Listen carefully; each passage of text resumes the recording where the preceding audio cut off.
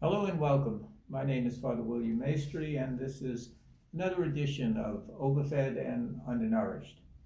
Let me begin by wishing all of you a very happy and safe and joyful Halloween.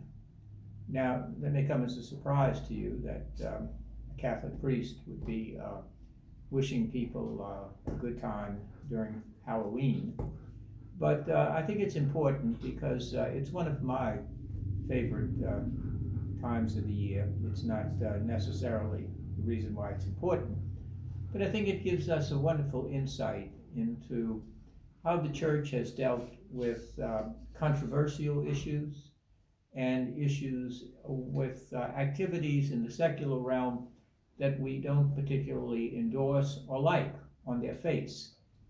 And it has a great deal of contemporary value, I think, for how we deal with things today, not only in church realm or ecclesial realm, but also in the secular realm. Now, Halloween began in the 800s, and we can blame once again the Irish for this because they started it all. And the Celts, or the Celts, however you wish to pronounce it, they had a festival called Hallows Eve, in which it gave honor to their god of the harvest, because by the name of Samhain, and what it was, October the 31st was the end of the harvest. And all the animals would come in, the harvest was done. And November the 1st, which was the first day of their new year, it was a celebration, but it was also the beginning of winter, according to their particular calendar. But on Hallows Eve, they believed that at the harvest, families would gather in their homes and things like that. And they believed that it was a time in which their beloved dead and friends would return from the dead in order to be with them and to celebrate and also to give thanks to their God for hopefully a bountiful harvest, and that the animals did well and would be safe and secure. And of course it was a quote-unquote pagan time.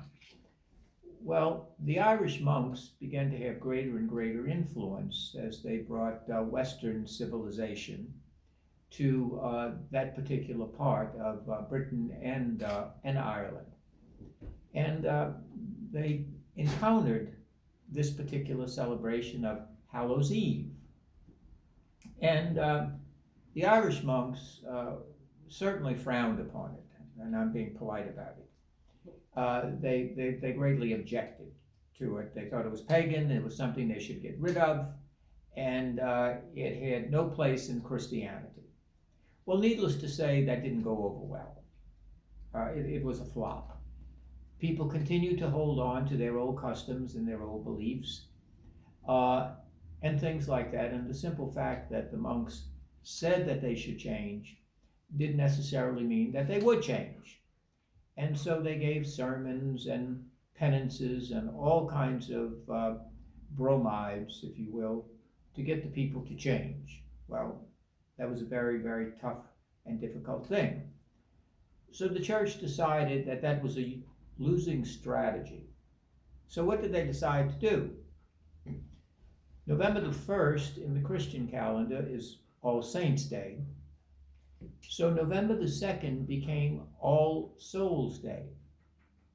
Notice, please, trying to get rid of this particular pagan celebration of the dead, of the harvest time, getting ready for the short days and long nights, cold winters.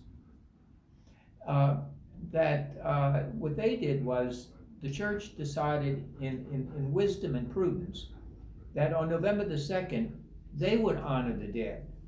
They would honor the dead on All Souls' Day, the day after All Saints' Day, November the 2nd. And in that way, they were very wise because they changed from condemnation to elevation. Condemnation. Don't do that, it's bad, it's pagan, it's leading you away from the true God, to elevation. That is, inviting the people who were wedded to their old ways of worshiping and celebrating, and inviting them to come into the Christian experience, whereby we lift up to God all of our relatives, our loved ones, our friends, the dearly departed.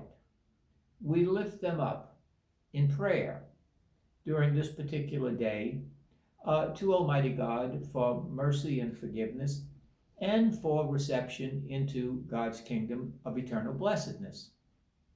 And so death was not the end, but it wasn't so much the return of the dead back, either in spirit, or some people got carried away and claimed of having visions or the actual physical people showing up. It wasn't to that extent. It was a spiritual connection in which, through prayer, through the offering of the sacrifice of the Mass, through praying for loved ones, not only then, but throughout the year, death was not the end. Death did not break that spiritual communion between the living and the dead. For Jesus Christ is the Lord of the living and the dead. And that the living could still remain in contact with their loved ones through prayer, through the offering of masses. And the church extended indulgences. Now, indulgences is something that would get the church into trouble in centuries down the line, especially with the buying and selling of indulgences, which became big business, frankly. And of course, this partly gave rise to the idea of Luther and the Reformation. And that wasn't a bad thing. We should not be in the business of selling holy things for profit. That's clear, and we shouldn't even do that. We ought not to do that, especially today, rather. So notice what the church did. Condemnation was not getting anywhere. Fire and brimstone was not getting anywhere. God having nothing to do with us was not getting anywhere. It's not effective. So they took a different approach, a different catechesis, if you will. That is, we want to honor your dead. We want to honor your loved ones. We want to honor those who have meant so much to you.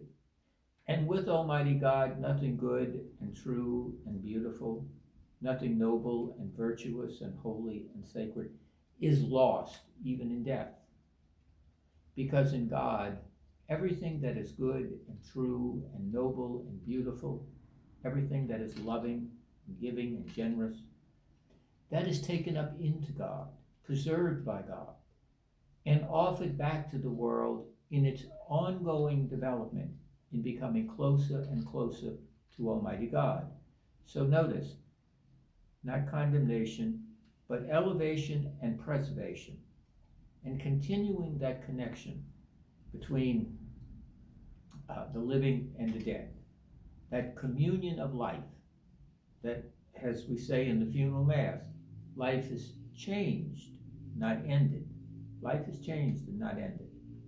So, therefore, what the church did was, and this is typically Catholic approach to things, it's not either or. Either you engage in this kind of pagan celebration over here, or you come on with us and do the All Souls thing. Either or. No, both and. You can enter into the secular festivities of Halloween, which I did as a kid back in the 1950s. Now, I have to always add 1950 because there are those who think I'm talking about the 1850s. I'm not. It's the 1950s. And it was a wonderful time. It was an exciting time for kids. And you'd walk around the neighborhood, you knew all the people, you knock on their door with trick or treat with your bag, and your made up costumes. It wasn't a big commercial enterprise the way it is today. And it wasn't adult run. Those two things tend to spoil things for children. Adult involvement, I might add over involvement, And also the idea of commercialization. Everybody's got to have a costume, and we have to have all these parties and all of that sort of stuff. There was just something exciting and a little bit dangerous, etc., about being on the street at night and going around with your friends and knocking on doors and then coming back and seeing what you had. That was a more innocent time. Perhaps some of you might think I'm romanticizing it, but that's my memories of it, and it was a wonderful time, and it was a time in which you didn't go to the local drugstore or the local supermarket to have what was given to you in your bag x-rayed and checked and made sure that some nut didn't put either something bad in it, razors or some kind of thing to make you sick, etc. Again, it was a more just innocent time, and of course we've become much more. We like to think grown up, but in many ways, that loss of innocence was not a gain for us. It was certainly not a gain for children. And so, but that was the way it was done. And then the next day, you went to Mass because All Saints' Day was a holy day of obligation. And the next day, if you were in a Catholic school, that is All Souls' Day, what would happen is throughout the day, all the classes would go over to church and pray for their loved ones. Maybe a parent had died, a relative, a good friend, whatever. And that way you did both and, not either or. And I think that that's a wonderful teaching methodology. We're always wanting to draw lines, do X or Y, A or B. So therefore, this group is in, that group is out. We see that so much, not only in religious things, but also in the secular realm. We've lost that capacity to kind of bring together the two elements together. And so we have, even today, people who, the religious types, overly religious types, I might add, who frown upon this as something evil. It's satanic worship. We're fooling with witches. Some people even object to the Wizard of Oz. Heaven forbid. Can you imagine? Can you imagine somebody objecting to Dorothy? And we did have a good witch. Everybody wasn't Margaret Hamilton. And what we do there is we become what Saint Teresa was afraid of. We become gloomy saints. We're afraid that somewhere somebody's having a good time. And heaven forbid that should ever happen. And it seems to me, if ever we need a good time, if ever we need a little joy, a little levity, a little happiness, a little distraction, if you will, it's 2020. It's because we're really not seeing clear. You might go to your ophthalmologist and they tell you that 2020 is good sight. It has not been good. We haven't seen clearly for a long time now. And so why do we want to suck all of what little joy there is, what little diversion, while having your All Saints, your All Souls? What is wrong with that? It's a good mix. So for those of you who are very, very kind of uptight, if you will, to use a vernacular, about the idea of, oh my goodness, we're going to have Halloween, we can't have that. That's getting into satanic worship and witches and spirits and all of this sort of stuff.